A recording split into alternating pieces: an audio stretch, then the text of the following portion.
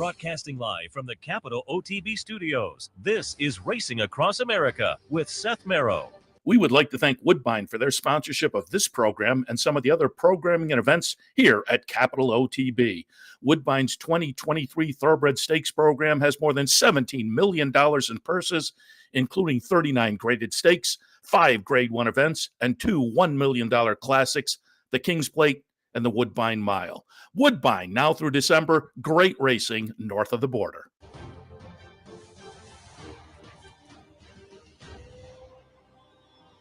Good morning and welcome to Racing Across America on this Saturday, June 10th, Belmont Stakes Day, and a really fabulous card down at Belmont. Great stakes action all day long. Looking forward to it. And we're going to be talking about it this morning. A little bit later on, we'll be joined by Jeremy Plonk, Horseplayernow.com, and Countdown to the Crown. Always like to check in with Jeremy during the Triple Crown, and here we are at the end of it. So we'll get his thoughts on the Triple Crown so far in the Belmont Stakes today.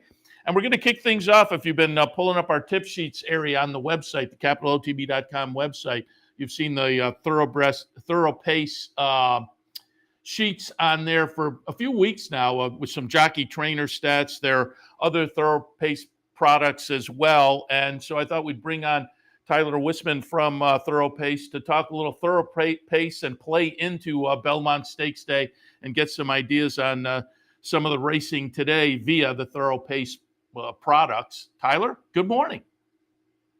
Good morning, Seth. How are you? Very good. Happy to have you on board. And before we get into specifics, just give the viewers a little overview of the philosophy and what the Thoropace products are all about. Yeah, so the Thoropace products, as you referred to, I believe that our trainer and jockey sheets are available for free on the Capital OTB website, and so that's one core product. But our main product is what we refer to as the Thoropace forecast. And so essentially what we are doing is taking objective data and we are trying to project what the pace is of today's race. Very good. And we do that on a 70-point scale, so it goes from I also was checking out the website yesterday, and I would advise people to go there and, peruse it and see what they can garner from some of the products as well. And you do offer some kind of free trial products, correct? Absolutely. So we have a free account, and that will provide you with all of the data for Mondays and Tuesdays. And so for any racetrack in North America that's running, you get all of our products for free by signing up for our free account. Excellent. All right, well, let's jump into it, and we'll do a little Thoropace look at some of the racing today. The Woody Stevens race number 8 this afternoon, 3-year-olds sprinting.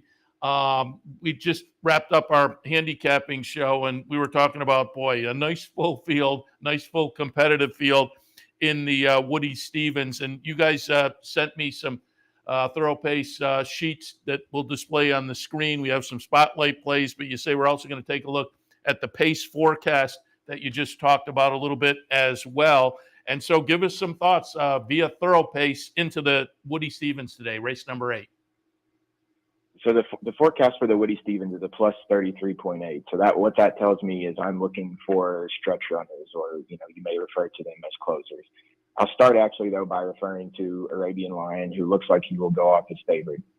He was allowed to set an easy lead, obviously, in his last race, got the job done, looked impressive doing so.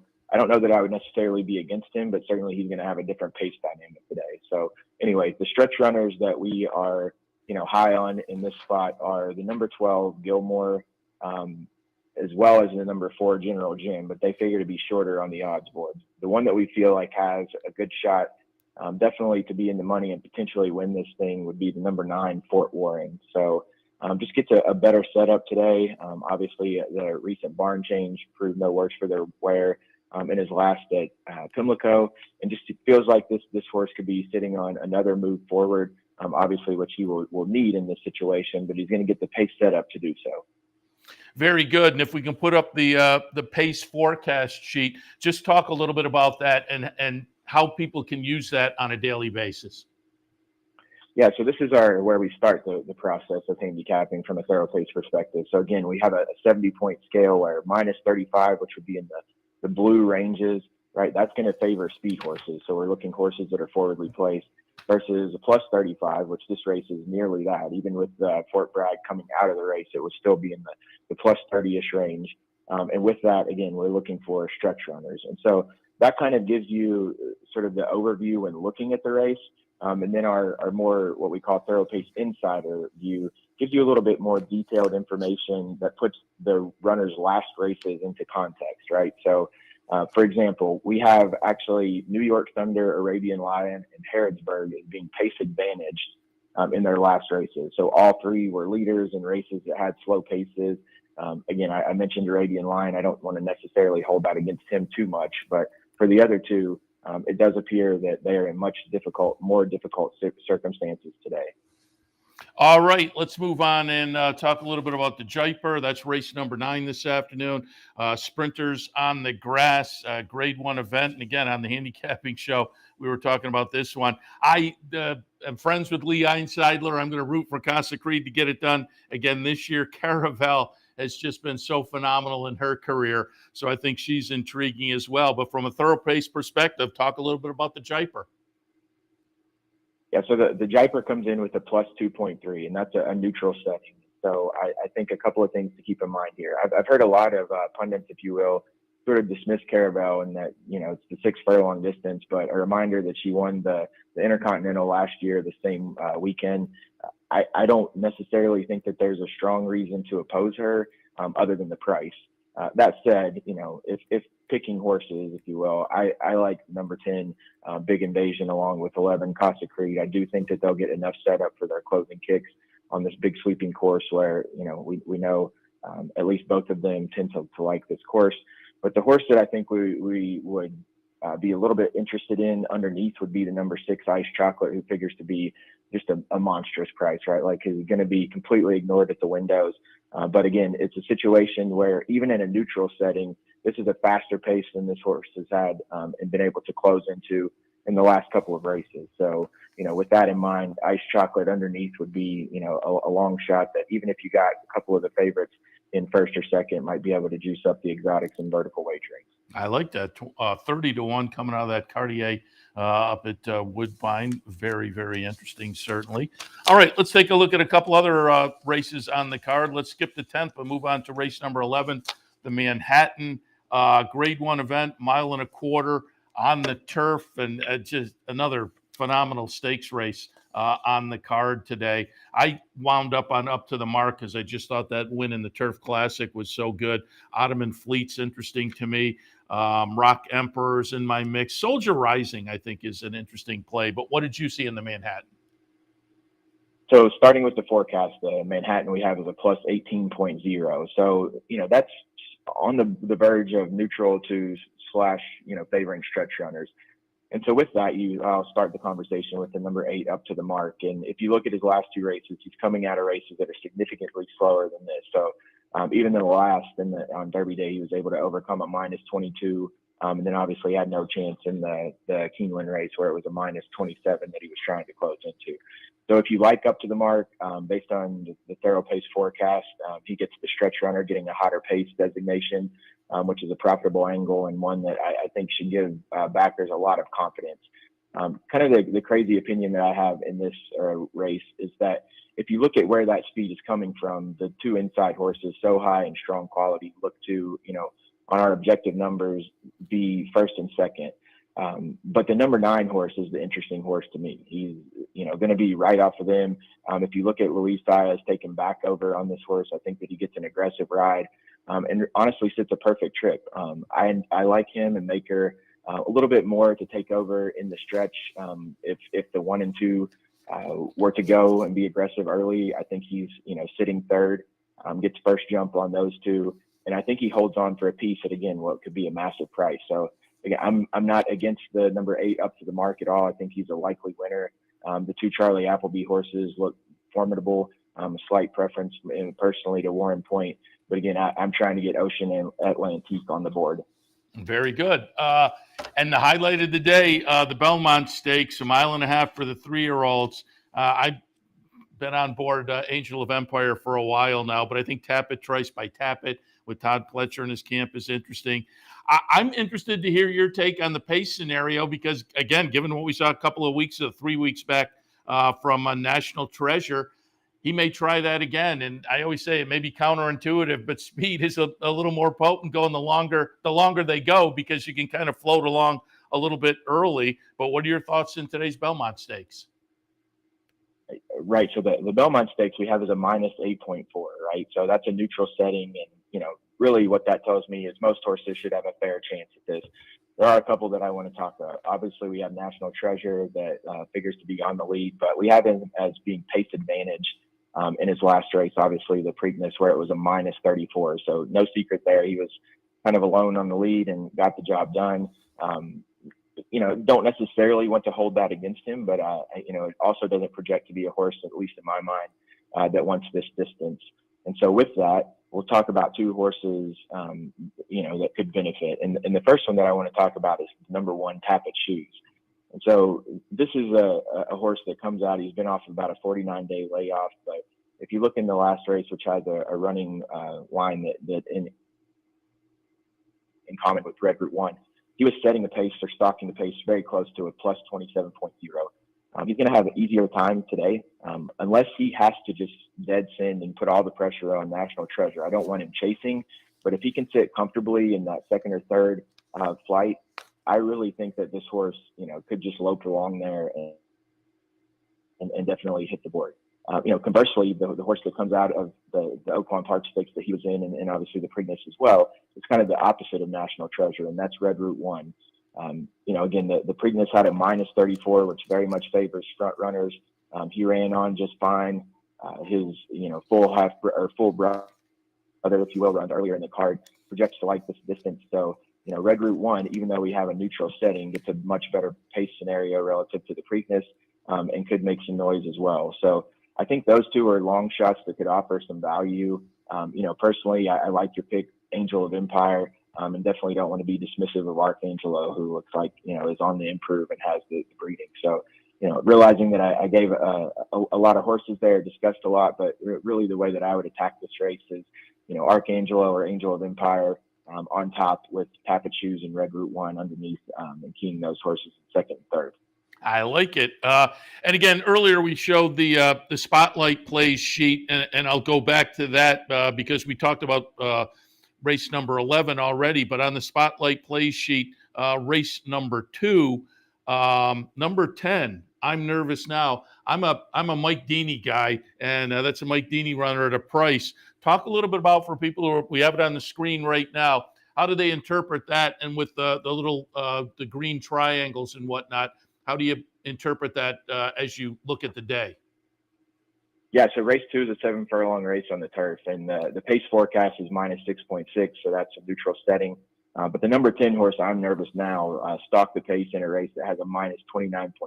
So even though this race doesn't appear to have a pace that's necessarily, what I would call fast, it's a much better scenario from a horse that likes to come from off the pace. The horse needs to improve in this spot relative to a few of the others, but gets the conditions that, he should have and should be a fair price for sure.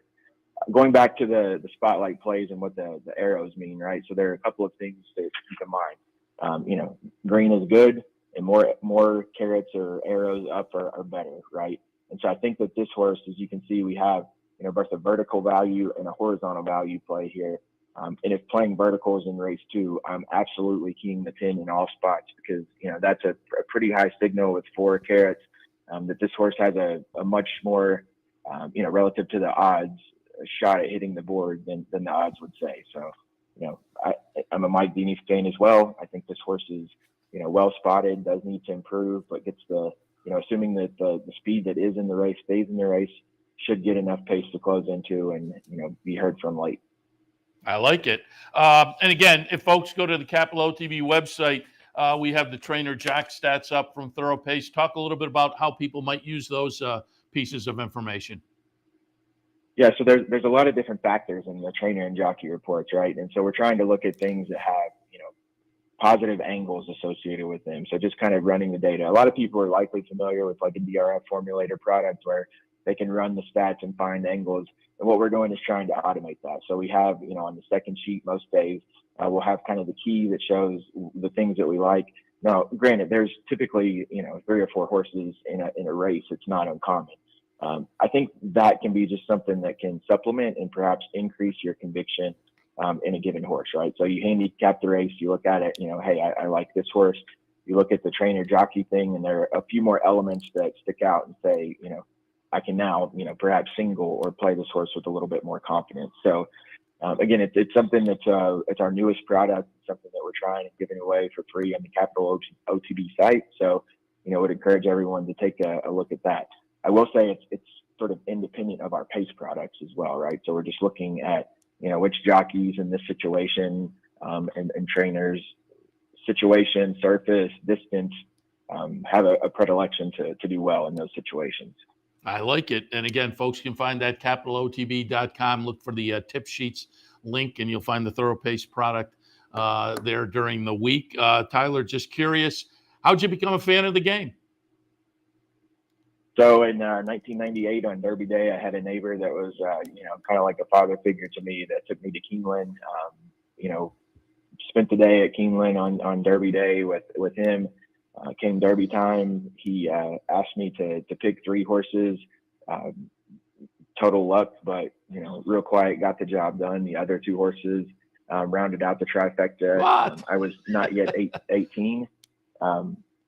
And I, what I remember most about that is that my mom was quite upset with me that she had to drive back to Keeneland, a subsequent day to, I think it paid like $600 and change. And at the time that required tax withholding. So anyway, from that point on, just kind of got hooked and, really since about 2010 have taken it to the next level and really gotten into the analytics piece of the game. So, really like the idea of handicapping, digging in and, trying to solve these puzzles that, we're presented each day. I'm laughing because I always say if you hit your first win bet or your first show bet, you're drawn into the game, but you knock it out of the park with a nice triple to kick off the career. So good for you there. Yeah, that definitely is going to pull you into the game. Tyler, appreciate the visit this morning. Again, Tyler Whisman from Thoropace, and you and your partner, Jake Jacobs, certainly will also be talking to you as we get up towards Saratoga. So we're looking forward to that as well. But Tyler, wish you a lot of good luck today. Appreciate the conversation. And again, we'll talk down the road. Thanks, Seth, and good luck to everyone. Appreciate it. Again, now you can check out the Thoropace products or one portion of the products via the Capital OTB website.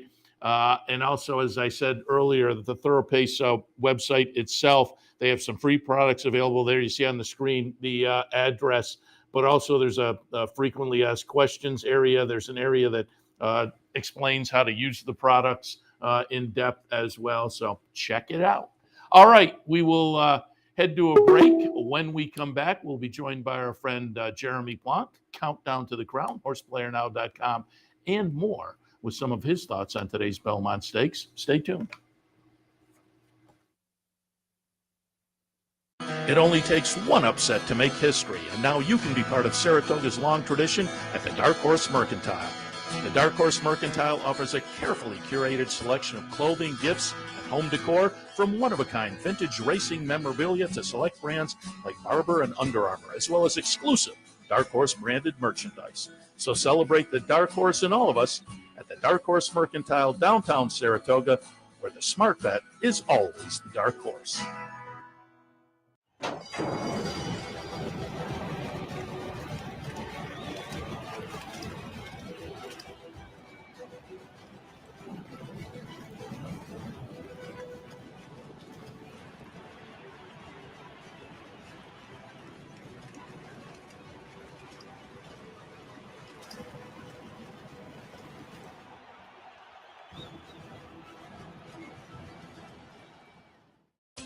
Capital OTB is now streaming live on Roku. The RTN Racing channel on Roku lets you watch OTB TV live through your Roku device or your Amazon Fire Stick, rather than being limited to computers and mobile devices, which means you can now watch OTB live wherever you are. Simply open Roku, scroll to find the RTN channel, then click on OTB TV. OTB TV on Roku. Try it now. Welcome back to Racing Across America. As promised before the break, joined now by our friend Jeremy Plonk, Horseplayernow.com, Countdown to the Crown. You can see podcasts online with Jeremy hosting as well. He's all over the place. Jeremy Plonk. Jeremy, good morning. Good morning, Seth. Yeah, it's good to be seen, I guess. It's better to be seen than not. Exactly. And speaking of which, I pulled up the Countdown to the Crown package for this week. And again, we've touted people to check it out throughout the entire season. And you're wrapping it up here, obviously, with the Belmont Stakes. But your 3 things you won't read anywhere else. Number 1 at the end of that, the more you've been around, well, the more you've been around. So I could relate to that. Yeah, times have changed, right? 2006, we started the series 18 years ago, and the Triple Crown Trail is a little different than it was back then. There was no point system like we're talking about now, and there were no horses being DQ'd from the Derby for medications. There were no horses being DQ'd from the Derby for interference. It's been a pretty wild run. So I think some people misinterpreted it. I got a couple emails after that saying, hey, it's been a good run. Thanks for everything. That wasn't a goodbye. That was just an end for this season, But maybe it'll be a goodbye. We know, Lord willing, we'll see what happens next January. But maybe my writing skills tailed off a little bit because I think I sent people into assumption mode that I was retiring. So I don't know. No. We want the Countdown to the Crown package for many years to come because it's a great way to follow the season. I tell people to do it. And again, the latest one came up this week, and you can check it out with Belmont Stakes thoughts. But again, it's a great product throughout the Triple Crown season, looking early on at some of the allowance races as well as some of the early season stakes races and talking about the horses to watch and whatnot. And speaking of which, we haven't talked yet in a while now, so I thought we'll play stretch runs here from the Kentucky Derby and the Preakness, and we'll start things out just to get thoughts on the first couple of legs so far this year. We're going to take a look at Mage winning the Kentucky Derby. And I think everybody agrees. 2 Phils was fabulous in here. He's going to run second. And I liked Angel of Empire, and I thought I thought Mays just got the jump on Angel of Empire. But I thought Angel of Empire ran well to be third in here. But what were your thoughts coming out of the Kentucky Derby? Yeah, look, Mage had that well-timed move, right? It wasn't a well-timed move when he ended up second in the Florida Derby when Forte caught him. So a little better timing, the long stretch at Churchill. They waited a little longer, and when they pounced, he was absolutely fantastic that day. 2 Phils ran great, probably the best losing effort since Bodemeister, I would have to think. When I'll have another caught Bodemeister after he set such ridiculous fractions. This was a Derby where they went to half 45-3, and there weren't a lot of horses at the top. I mean, you look at the chart, the horse who was 16th ran first, the horse who was 15th ran third, the horse who was 12th ran fourth. The only horse anywhere near the front early was 2 Phils, and he lived to talk about it. So that bodes well for him. I mean, that just screams Haskell horse, a horse who combines speed and stamina. So hopefully we'll see 2 Phils get a chance, this summer, maybe at Monmouth. I think that would be just a great fit for him. As for Mage, I think he goes down the Saratoga path, and we'll see him, aimed up for the Travers. And he's a good horse. He came back and validated that, I thought, in the Preakness, where he ran well, right? This was a 15-1 upset in the Derby, but when those Derby long shots win, they don't always come back to the Preakness and run great. But they run representative to their skill. And I think, like Giacomo and Mind That Bird ran really well back in the Preakness. I thought for a long shot Derby winner, Mage ran pretty well in Pimlico. Just third, but he wasn't embarrassed by any stretch. And let's take a look at that Pimlico stretch run and get thoughts on the Preakness. It's National Treasure taking them all the way around, but had to work for it in the stretch with the Chad Brown runner, Blazing Sevens, giving him all he could ask for. And we're watching it here. And you see Mage makes a late run, but with the pace, just it wasn't a late run that was going to get it done. But the top 2 really duked it out. And National Treasure winds up the winner amongst those 2. Your thoughts from the Preakness? The Preakness is a mile and 3/16. So the final split of the race is 3/16 of a mile. You don't necessarily get the final quarter like you do in some other races. So it's not an easy comparison for people just to look at the final 3/16 mile time and know whether it's good or not, because we just don't look at 3/16 of a mile that often. But when you go back and look at the charts of the Preakness, this is the fastest Preakness come home time to the final 3/16 of a mile since Equibase started doing hundreds in the charts back in like 1991-ish. So this is like the fastest come-home time in 30 years in the Preakness.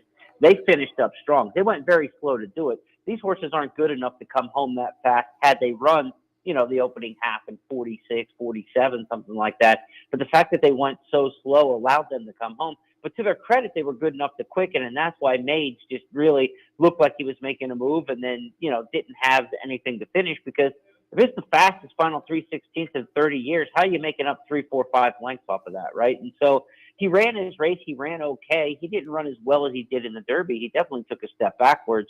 But, I think that's why he ended up third.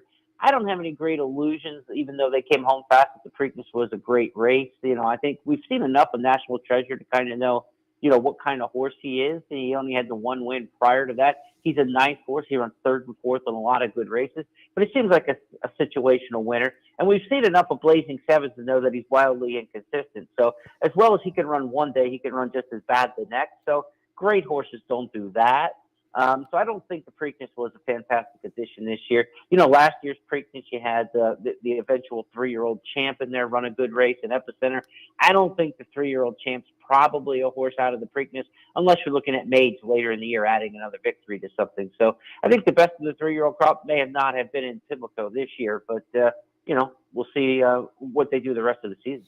Well, that leads me, and I was going to ask you towards the end, but I'll do it because we've kind of alluded to it here. I've asked people the last couple of weeks, what are your thoughts overall on the 3-year-old crop at this point of the year? Because my take has been, this seems to be one of these years where maybe we don't really define the crop until kind of the end of the year when they start to face older horses. The possibilities are today, I suppose somebody could step out like Forte could, again, stamp himself as the top 3-year-old, or with the Haskell, Jim Dandy, Travers, Pennsylvania Derby. Somebody in the summer can step out. But to me, at this point, it seems a little bit undefined, the 3-year-old crop.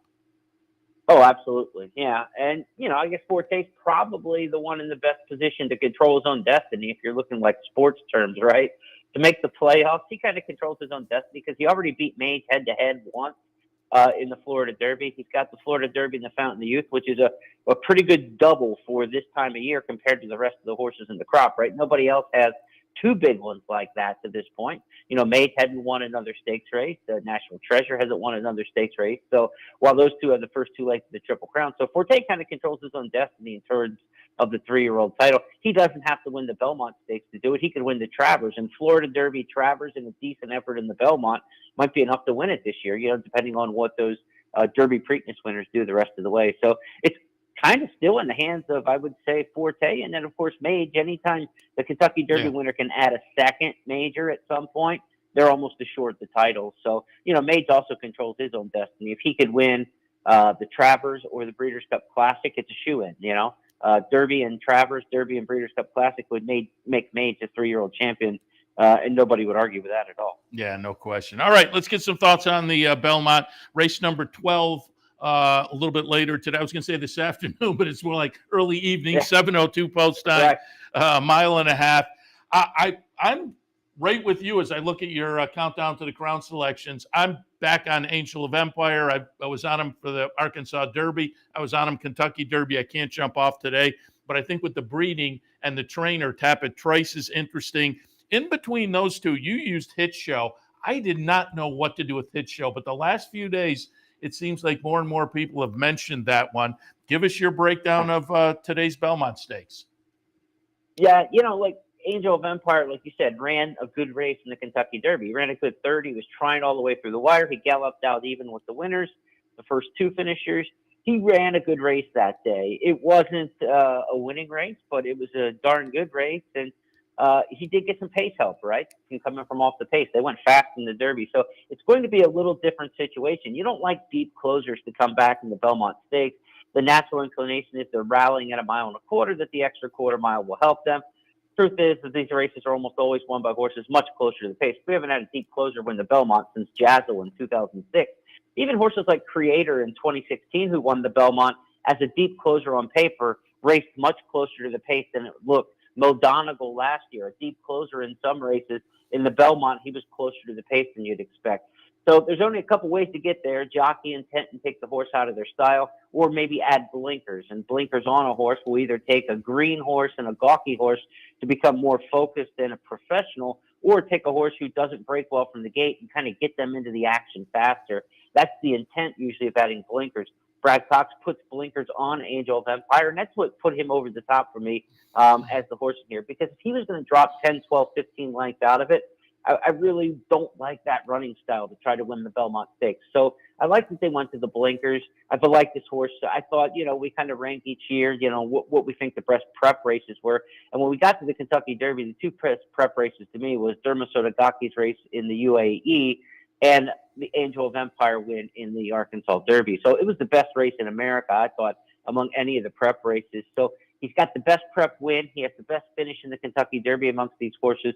And stylistically, or I should say pattern-wise, for the Belmont Stakes, it's Derby, take the time off, come back in the Belmont. That's been the most successful run over the last 15, 20 years since the Afleet Alex types who can run through all three legs of the Triple Crown back in 2005. We don't see that much. So in the last 15 years, really, unless it's a Baffert horse going for the Triple Crown, it seems the best way to win the Belmont is to go through the Derby, take the break, and then come to Belmont. So he was the best finisher in the Kentucky Derby. I thought he had the best prep win this year.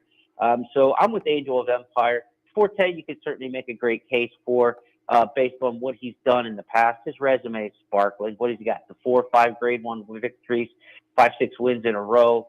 I just don't like the mile and a half off 2.5 months. Yeah. If this race were the Jim Dandy at a mile and a half, he wouldn't be running. Yeah. He's running because it's the Belmont Stakes and it's the trophy and the final jewel of the Triple Crown. A mile and a half is not the race you would run this horse coming off the little hoof injury. He didn't miss any time per se because they kind of kept training him all the way through it. But off two plus months layoff, I think it was April 1st, the date of the Florida Derby off the top of my head. That's been back there a long ways ago, and so 2 months and 10 days later to come back and run in a mile and a half, that's not your first choice as a trainer or an owner to pick that spot, So they're picking the spot because it's the Belmont Stakes. So they're asking him to do a lot. So I think Forte will run a good race, but I think he's going to be a little empty at the end. And, and that's no fault of his own particularly, it's just the assignment they're asking him to do. If he had a race in him and he ran in the Kentucky Derby, he'd probably be the horse to beat in here, Forte. But at a short price, why take the chance off 2.5 months? I was in the same boat on Forte. I thought that layoff, it was unfortunate, the situation down at the Derby, but that is what we're working with. And so hasn't been seen since April 1st and comes back at a mile and a half. I was kind of right in your camp there as far as Forte. We'll see. But of course, in the Derby, I was against Mage because he was too lightly raced, and then that didn't work out. Yeah, no, I mean, look, these things happen, right? They're not like absolutes or rules, but I like to call them tiebreakers. Yeah. If you have somebody else that you like, I like Angel of Empire, right? And how much better than Angel of Empire would Forte have run in the Kentucky Derby had he been in there, right? The horse got beat a length and 3/4. He ran a really good race. So if there's not that much separating those two, in your opinion, to start with, then those things like, okay, it's a longer layoff, we haven't seen horses do this, then they start to come into play as tiebreakers because you've got to make decisions as a handicapper. You can't use them all. And, certainly if you want to play Forte as part of a pick 4 or pick 5, I have no argument with somebody saying don't toss him. I think it's okay in that respect. But to bet him on the win end at what looks like, he got bet pretty hard, I thought, in the early bird wagering and the way the exotics look, he's going to stay at 5-2 or less. So at that price, you're not too interested in the win pool. There's a lot better 5-2 shots you can find in any common race throughout the day today at any track in America that looks like a stronger win possibility than he does at 5-2. If you just kind of strip the names out of the program and just go, okay, horse off 2.5 months, going a mile and a half. He's never run beyond a mile and 1/8 either, right? So it's not just the layoff. It's like some of these other horses at least had the 1.25 miles in their foundation. He's never run beyond a 1 1/8, and he's run all these short stretch races. We've talked about that too, and even at Gulfstream, it's a shorter stretch. It's a short stretch at Belmont. People always get that wrong. It's only 1,097 feet stretch run. It's actually a shorter stretch run to the wire at the Belmont than it is in the Preakness or the Kentucky Derby. People always get that mistaken because most of the distance at Belmont is going to be on the turns and also like down the backstretch. But the wire placement for the Belmont Stakes actually makes it the short, once they turn for home, it's the shortest run to the wire of any of the Triple Crown races. But, there are factors that say, he's never run the mile and a half. That also, or a mile and a quarter, much less the mile and a half.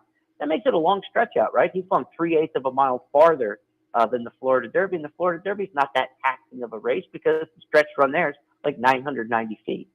Yeah, I'm right in the same camp on Forte.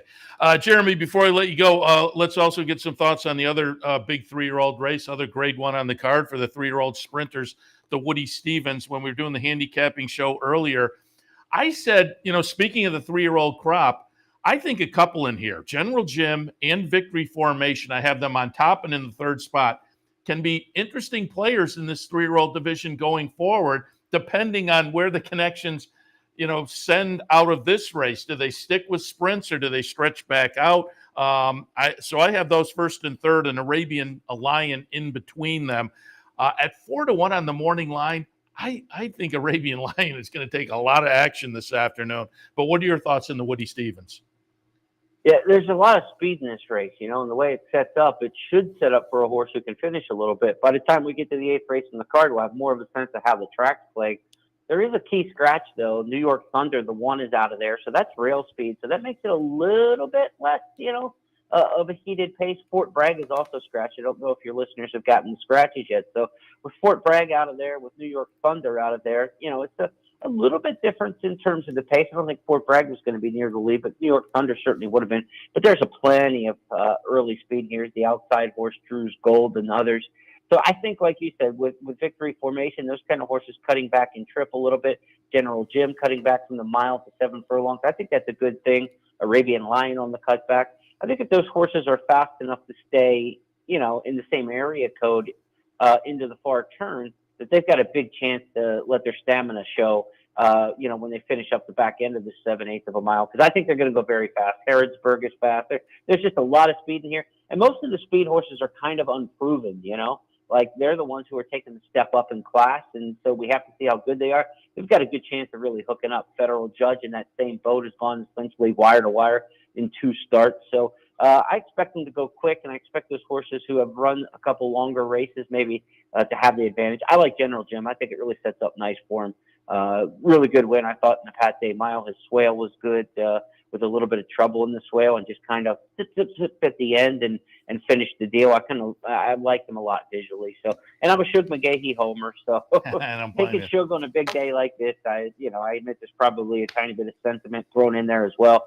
But I'm on General Jim pretty firmly, I think, into Woody Stevens. All right. I'm rooting for you today because we're on board. Angel of Empire and General Jim. I like both of those as well today. Good. Jeremy, again, it's been fun talking to you throughout the Triple Crown season via Countdown to the Crown. But give us a little update now, Countdown to the Crown, going to the sidelines until late this year when the 2-year-olds get fired up. So what's up for Horseplayernow.com? And while we've been talking, we had your picture and your Twitter feed up as well, and people follow you on Twitter. They can find your podcasts and whatnot. But what can we look forward to with Horseplayernow.com? Yeah, it's a little bit of a quiet time. We work really hard in long weeks, hours, and months. So, we're going to take it a little bit easy here over the next month or so. But we'll have our Race of the Week analysis that you can get each week there and follow that. We've got all the night school archives. So if you're kind of newer to the game and you want to kind of follow and learn, you can go through the 8-9 seasons of night school that we had and go through the archives that are all there. And, we'll fire back up when Remington Park starts back up. We do a lot of work with them. Their thoroughbred meet will start in August. So we'll get fired back up for that. And then we'll see what the fall brings. Keeneland will be coming up in October and that kind of thing like that. But putting in a lot of work, certainly Wager Guide with First Bet and Express Bets. I do a lot of contract work for them. We've got some Belmont Stakes stuff up there too as well. So we really hope everybody has a great Belmont day today. And follow on social media at Horseplayer Now. We'll kind of keep you updated with what's going on. But I got to admit, I'm going to take a little bit of a slacker role here this summer. That's okay. That's fine. If you happen to make it up in Saratoga, by all means, get in touch with us. We'll pull you over on the backstretch and have you sit in with us some morning. But in the meantime, enjoy the racing this afternoon. Again, really appreciate all the conversation throughout the Triple Crown season. And we will talk again down the road. Yeah, I'd love to visit. Then I can go across the street to Mexican Connection and get some food. There you go. And you can go over there and tell the guy with the leaf blower to turn it off, because he is our nemesis all season in the parking lot. He's got the leaf blower all year long. So yeah, you could be our liaison there. Sounds good. All right, Jeremy, appreciate it. Jeremy Plonk, Horseplayernow.com, and Countdown to the Crown with some thoughts on the Belmont and the Woody, couple of big 3-year-old races on a big card today. But I'm going to wrap it up because I'm watching my monitor on the screen, and they've kicked off the pregame show at NYRA, so we'll send you to that, and we'll have an early start to OTB Live today because the first race, 11:20 this morning at Belmont. So we'll be back on before that with OTB Live for a Saturday morning / afternoon / evening, as things don't wrap up until after 7 o'clock tonight. So looking forward to that. But we'll wrap it up. We'll send it to NYRA for the pregame show. Seth Merrow in the studio. Thanks for tuning in this morning. As always, be back in again a little hour and a half or so, I guess, for OTB Live on a Saturday morning, kicking things off at Belmont. We'll see you then.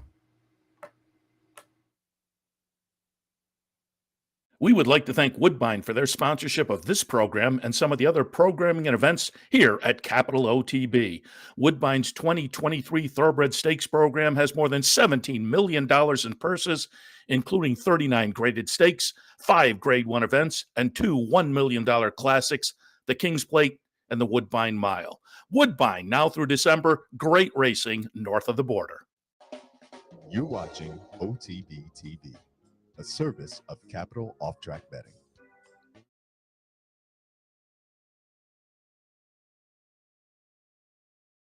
And that I don't think you have to worry about the travel as much as if he was coming back on shorter rest to do so. The problem with him is that he doesn't have any early speed, but he's been able to overcome paces that were at least moderate in the past. So he's one that's just really improved lately since breaking his